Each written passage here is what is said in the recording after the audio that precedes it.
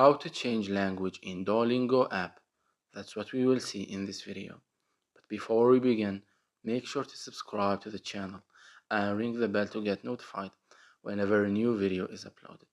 With that said, let's get started. So let's go ahead and open up our app. And once you are here, you want to click on the language flag or icon at the top left corner of your screen.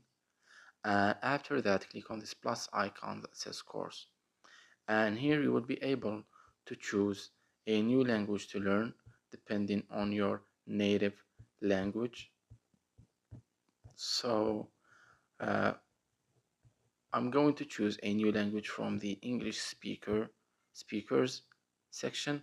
Say for example I want to learn French. I will just click on it and click on continue, and Duolingo here will try to set up your learning course depending on your level and your knowledge, etc. It will going to ask you a questions, and it will give you um, like the specific course for you. So that was it for this video.